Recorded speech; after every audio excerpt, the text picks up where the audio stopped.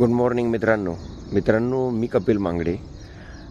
मित्रांनो, तुम्हाला एक गोष्ट सांगायची होती. आपण नवी मुंबईमध्ये तळोजा म्हणून एक हे, तर लोकांना असं वाटतं की तळोजा म्हणजे बाबा MIDC आहे, तळोजा असं आहे. तळोजामध्ये काय नाही, ज्या लोकांना बघितलं नाही. आता मी जवळजवळ 2019 पासून तळोजामध्ये म्हणजे मी जॉबला आहे या साईडला.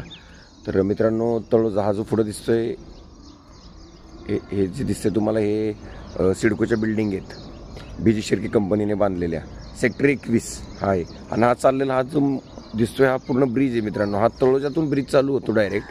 आता तुम्ही बघू शकताय तळोजा ब्रिज तुम्हाला दाखवतो बघा. एवढ्यापर्यंत काम झाले आणि आता याच्या पुढचं काम चालू आहे. आणि या मोठ्या ज्या तुम्ही बिल्डिंग बघताय ह्या डायरेक्ट खारघरमधले आहेत. हा खारघर आहे मित्रांनो.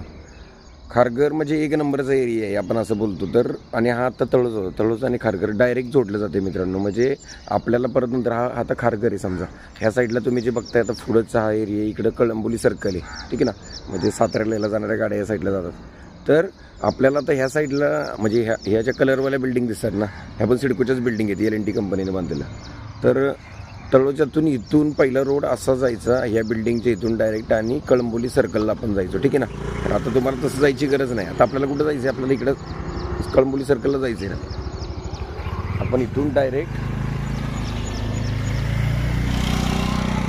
हा जो ब्रिज आहे, हा ब्रिज त्यानंतर कंप्लीट झाल्यानंतर हा डायरेक्ट कळंबोली म्हणजे आपल्या खारघरमध्ये जाणार. खारघरमधून DMartच्या इथून आपण डायरेक्ट आपल्या म्हणजे मेन हायवेने, सातारा हायवेने आपण जाऊ शकतो मित्रांनो. एवढे जवळ झाले, एवढं कनेक्ट होणार आहे तळोजा आणि खारघर. कोण म्हणणार नाही की तळोजा आणि खारघर वेगळे आहे म्हणून, ठीक आहे ना. ते लोकांना वाटतं की बाबा नाही इकडं प्रॉब्लेम आहे, तर ते बंद होईल मित्रांनो. एवढा एक ब्रिज कंप्लीट झाल्यानंतर, हा कंप्लीटच झालेला आहे थोडक्यात, थोडंसं राहिलं. आता एवढं जर झालं ना, म्हणजे मला वाटतं एवढ्या वर्षामध्ये हा कंप्लीटच होईल मित्रांनो. नंतर तळोजा आणि खारघरमध्ये काही राहणार नाही, 5 मिनिटाचं अंतर फक्त.